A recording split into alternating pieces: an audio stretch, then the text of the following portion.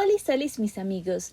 En este video comenzaremos con la historia titulada Peony, vi un futuro con el gran duque asesino. Antes de comenzar les pido que me apoyen suscribiéndose al canal, regalándome un like y no se olviden de comentar si quieren segunda parte de esta historia. Ahora sí, comencemos. La historia comienza mostrándonos un carruaje volcado. Al parecer ha ocurrido un accidente y hay una mujer que se encuentra muy mal herida. Nos cuentan que esta mujer se llama Gabriela, considerada por todos la falsa santa y como una chica malvada, y desde el principio su destino siempre fue morir, aunque esta vez el rostro de su esposo se encuentra completamente afectado por ello. Luego se nos revela que originalmente Gabriela era una joven coreana que fue transmigrada a una novela llamada Marcha para una verdadera santa. Entró en la novela como la villana Gabriela y, conociendo su miserable destino, quiso cambiarlo, buscando pistas de lo que recordaba en la novela para poder librarse de aquella tragedia. En aquella historia, Gabriela nació como la hija ilegítima del conde Nasiret e inicialmente es considerada como una santa. Pero luego, celosa, comienza a incriminar y atormentar a la protagonista original, quien resultaba ser la verdadera santa. Y todo este acoso solo la lleva a su inevitable muerte. Claramente, sabiendo lo que va a pasar, no quiere terminar así, pero no sabe qué hacer. Pensando qué puede hacer, recuerda una pequeña reseña del autor, que de aquella novela se haría una secuela, donde contarían la historia de un matrimonio por contrato centrada en el hombre frío del norte.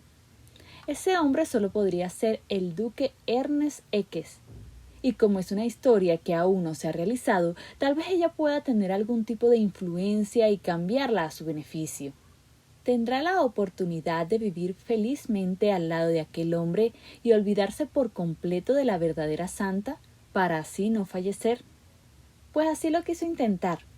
Pudo convencer al duque y hacer un matrimonio por contrato de 3 años, con la condición de fingir amarse, pero nunca hacerlo realmente, y separarse una vez completado el tiempo pautado.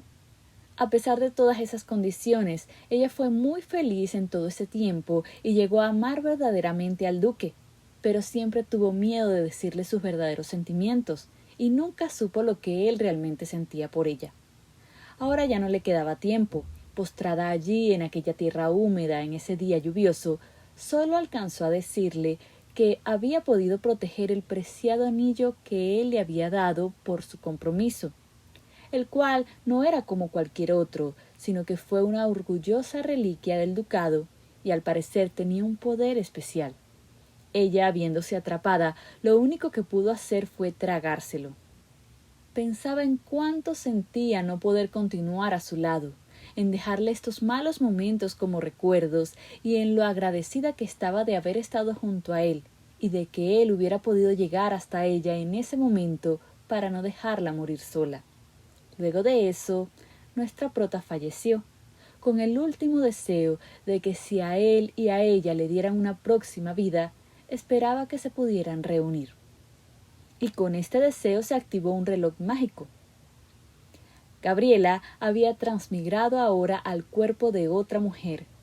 Viendo a su alrededor se dio cuenta de que parecía estar en la misma historia, pero no sabía qué estaba ocurriendo acá. Estaba sentada en un gran salón y frente a ella había una gran mesa con mucha gente reunida. De golpe llegaron varios recuerdos de ese cuerpo. Ella ahora es la princesa Peony, considerada por todos como una sonámbula, una princesa idiota, una mancha en las venas del noble sol. En aquel lugar estaban los que se consideraban las fuerzas del día y las fuerzas de la noche. Y de la nada un sacerdote comienza a hablar, afirmando que esa reunión era para unir en votos matrimoniales al duque Eques y su Alteza Real la princesa Peony, algo que la sorprende mucho. Le indican a la prota que debe acercarse a aquella gran mesa y se sientan justo enfrente de su marido, el conde Ernest. Su apariencia ha cambiado un poco, sus líneas de expresión se han vuelto más gruesas, se muestra mucho más frío y tranquilo, más sombrío. Cuando llega el turno de Peony de firmar el acta de matrimonio, se da cuenta de que han pasado 6 años desde que ella, Gabriela, había muerto, y ahora nuevamente volverá a ser la esposa de su marido, aunque es muy claro que él odia a esta mujer. Ella quiere explicarle, aclararle todo de que ella es Gabriela en ese cuerpo, pero no puede, las palabras no salen y ni siquiera puede escribirlo. Al parecer hay una clase de encantamiento que se lo prohíbe. El actual emperador ha querido unir a las facciones del día y de la noche, las regiones del norte y del sur, y estableció ese acuerdo de matrimonio, lo cual traerá estabilidad al imperio y beneficiará al norte, ya que se encuentra muy aislado y con dificultades para obtener alimentos y otros enseres. Ya en un cuarto privado, Peony observa el vestido con el que partirá al día siguiente al norte, y se pregunta si él aún la recuerda, cuando era Gabriela. Sabe que ahora será todo más difícil. No puede explicarle nada a él, y Ernest se muestra muchísimo más frío. ¿Será que acaso Ernest cambió debido a su muerte?, se preguntaba la protagonista, pero se calma pensando que no puede ser así, que seguro es por este nuevo matrimonio obligatorio con el imperio del día, lo cual es algo que él ha odiado. Él siempre ha mantenido una distancia y un rechazo hacia las personas de este imperio. No dejaba de pensar en él, si estaba comiendo bien, cómo le había ido todo este tiempo, cuando de la nada apareció una criada muy grosera que comenzó a tratarla mal, diciéndole que había que arreglarle nuevamente el vestido porque estaba adelgazando demasiado. No la trataba con delicadeza ni amabilidad, pero Peony notó algo. Las perlas del vestido no eran las originales. Habían sido cambiadas por piedras corrientes, así que actuando como una tonta, comenzó a decirle que aquellas piedras no eran tan bonitas como las de antes.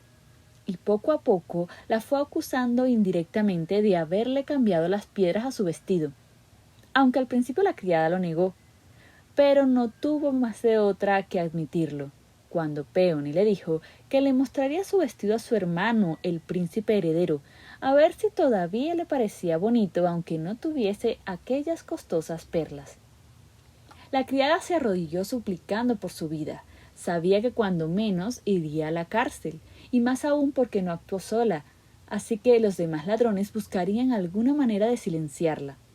Acá Peony le propuso a la criada que se fuera con ella hasta el norte y le jurara lealtad eterna a ella. Sólo así la perdonaría y no la acusaría de lo que había hecho. La criada le juró lealtad, sintiéndose afortunada por haber sobrevivido. Desde que nació, la Peony original sufrió de mucho rechazo por parte de su familia y de los criados y trabajadores del palacio. Siempre la consideraron una idiota, le robaban, la ignoraban e incluso la humillaban a la más mínima oportunidad. Ahora la nueva Peony no será una tonta y buscará la manera de vengarse de esos criados que se han estado aprovechando de ella. A la mañana siguiente se preparan para partir. A las puertas del palacio los despide el primer príncipe, su hermano, de nombre Ludwig, a quien todas las chicas aman, pero ella lo único que ve es a un hombre frío y avaricioso, que nunca estaba satisfecho. Aunque tenía el mundo en sus manos, él seguía robando las reliquias familiares de otros, buscando consolidar su poder. Y recordó así el reloj del conde Ernest, y muy probablemente fue este primer príncipe quien pudo haber ordenado la muerte de Gabriela. Allí también se encuentra el tercer príncipe, Johann. Es el hermano de Peony tanto de madre como de padre, aunque claramente él muestra un disgusto hacia ella. Fue obligado a acompañarla todo el trayecto hasta el norte. Debido a su bajo rango, no obtuvo una posición adecuada en el palacio imperial y no le quedó de otra más que aceptar. Ahora es el turno de Peony de despedirse del primer príncipe y mostrar una cara de idiota, así que recordando el pasado de la Peony original, en donde el primer príncipe le insistía en que se llamara a ella misma en tercera persona, hace todo el esfuerzo, muestra una sonrisa de idiota y le dice: Peony le escribirá a su primer hermano y nunca lo olvidará. Todo mientras se le revuelve el estómago. continuó agarrándose el vestido y dando vueltas y vueltas mientras le preguntaba a su primer hermano si Peony lucía hermosa. Pero estos movimientos hicieron evidentes de que las perlas del vestido no eran las originales, ya que aquellas valiosas perlas brillaban como un arco iris cuando la luz las tocaba. Así que todos los demás nobles que estaban allí comenzaron a hablar y secretear entre ellos, diciendo que el vestido estaba a cargo del primer príncipe, y que él no había parado de insistir en que había llenado de regalos y lujos a su hermanita, por lo que todo esto lo hacía quedar muy mal. El primer príncipe, molesto, le exigió a su ayudante que le diera una explicación, y era evidente que todos los que habían estado implicados en el robo de las perlas iban a pagar un alto precio. Ya evidentemente molesto, el primer príncipe toma fuertemente a Peony del hombro, mientras le insistía que viviera una vida feliz, pero de una manera amenazante y abusiva. Esto ponía muy nerviosa a Peony. Sabía que debía seguir fingiendo, que debía controlarse, y ya cuando creía que no podía más, el duque Ernest apartó la mano del príncipe, agarró a Peony y dijo que de ahora en adelante él cuidaría a su esposa. Mientras todos murmuraban sobre la conducta irrespetuosa del duque al tocar así a su Alteza. Ellos simplemente lo ignoraron y se marchaban. El duque le daba la mano a Peony para subirla al carruaje.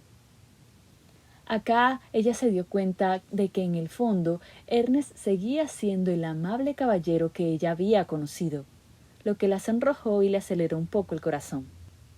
Y así montaron juntos el mismo carruaje, otro gesto más que demostraba la intención del duque de protegerla, ya que fácilmente pudo haberse ido en un carruaje diferente. Pero ahora sí, Peony era libre de sus crueles hermanos y de aquel palacio donde solo era tratada como basura por todos. Era momento de buscar respuestas, de comenzar a entender lo que estaba ocurriendo a su alrededor, porque dentro del palacio en todo lo que pensaba era en no ser descubierta como una farsante. Ella solo se preguntaba por qué no había regresado atrás, sino que viajó hacia el futuro. ¿Acaso fue debido a la reliquia que se tragó? ¿Quién realmente la había asesinado y por qué? ¿Sería el primer príncipe que, buscando aquella reliquia para consolidar más su poder, la mandó a matar? ¿Dónde está la Peony original? Pues lo único que tiene claro es que se siente afortunada de volver a ser la esposa de Ernest y que en esta vida logrará entregarle eso a Ernest. Pero acá no se nos revela bien de qué es lo que está hablando realmente. Parece ser un objeto o ingrediente importante que lo puede ayudar a él a consolidar su poder y su posición. Ahora, en ese carruaje lo que más le atormenta es tener tan cerca a Ernest y sentirse tan lejos de él. No poder decirle que ya había vuelto, que tenía una nueva oportunidad para estar junto a él, no poder llegar a él y ver cómo la mira con esa indiferencia y rechazo. ¿Acaso existía una manera de acabar con esta restricción? Acá recuerda la primera novela. La protagonista de esa historia también tuvo varias restricciones y al buscar explicaciones encontró a un sacerdote que le indicó que su papel en ese mundo tenía cosas que debía cumplir. Y una vez que comenzara a cumplir con aquello que estaba designado, se irían levantando las restricciones y tendría más libertad. Pero mientras no lo cumpla, las restricciones se mantendrían. Al ser esta una continuación de la historia original, claramente esas leyes todavía deben prevalecer, por lo que nuestra prota debe seguir el papel de la Peony original por un tiempo, para así levantar la restricción que le impide confesar que ella es Gabriela. Desde el principio todos tildaban a Peony de niña tonta, pero ella solo fingía eso para poder sobrevivir. Fingía ser débil, no saber nada, lloraba inocentemente, emocionándose por cualquier tontería, pero solo fingía, y posiblemente eso tendría que seguirlo haciendo un poco más. Estaba claro que lo haría para recuperar su antigua vida, a su esposo, a sus amigos y subordinados, y a todas las personas que extrañaba en el castillo y ducado de Eques. Inundada de sus pensamientos, se dejó llevar por un largo rato, hasta que Ernest habló diciéndole que por ahora debían acampar, pero una vez que lleguen al castillo, ella tendrá el ala este y podrá vivir allí tranquilamente con sus criadas. Su voz era tan fría, tan llena de indiferencia, que lastimó un poco el corazón de nuestra prota. Antes no eran así sus expresiones, ni siquiera con alguien que acababa de conocer. ¿Qué fue lo que ocurrió en esos años que lo hizo volverse así? Él continuó hablando, y le preguntó si antes en la despedida había actuado así a propósito, haciendo referencia al vestido. Pero ella no podía confesarlo, sabía que debía seguir actuando. Además, todavía Ernest no confiaba en ella, y posiblemente él había aceptado casarse con ella porque la consideraba una idiota, y si mostraba ser más inteligente de lo que él creía, podría estar en problemas. Él podría pensar que estaba tramando algo o que era una espía. Ella soltó una risa tonta y para distraerlo continuó diciendo que esa ropa era muy incómoda, que le apretaba mucho. Él le dijo que detendría en el carruaje y la mandaría a llamar a una de sus criadas para que se cambiara de ropa por algo más cómodo. Pero ella se acercó a él y le dijo que eso no era necesario, porque él podía ayudarla a aflojarlo. Aunque esto sorprendió al duque, enseguida puso su cara de pocos amigos. No había caído, así que no le quedaba más que regresar a su asiento. Pensativa, recordaba las palabras que le acababa de decir. La llevaría al anexo del Este, donde debía vivir de ahora en adelante.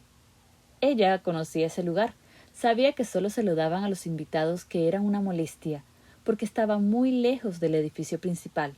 Pero ella no podía permitir eso, debía estar cerca de él, debía buscar que él la reconozca. Ya en la noche, en el campamento, vemos como el duque Ernest está pensando en Gabriela.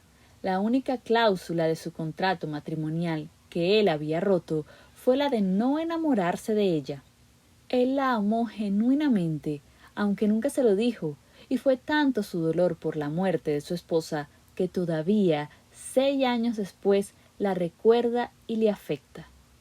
Él sabe que a Peony nunca la amará, nunca le dará su corazón, y simplemente la mantendrá tranquila en el anexo del palacio, mientras planea su venganza hacia el primer príncipe. Luego de esto se divorciará de ella. Por su parte, esa misma noche, Peony intentó acercarse a él, entrando a hurtadillas a su tienda, con la excusa de que quería tomar algo de té, y fue tanta su insistencia porque el duque simplemente no quería estar con ella, que bueno, al final terminó rindiéndose y le dijo que apenas terminara de tomarse el té, regresara a su tienda. Ella comenzó a prepararlo muy diligentemente. A él le parecía muy raro que una princesa supiera hacer esas cosas. ¿Tan mal la trataban en su palacio que tuvo que aprenderlo por sus propios medios? Pero además de todo, la manera en que lo hacía le recordaba demasiado a su amada Gabriela, y en el momento que lo probó, era exactamente el mismo sabor. ¿Cómo podía ser eso posible? No solo eso. Peony le comentó además que prefiere el té con miel en vez de solo. Todos estos detalles eran increíblemente parecidos a Gabriela. ¿Se habrá dado cuenta el duque de quién es realmente Peony? ¿Ella podrá revelarle su secreto? ¿Es el primer príncipe el verdadero asesino de Gabriela? Pues si quieres saber más de qué ocurre en esta interesante historia, no te pierdas de la segunda parte de este video.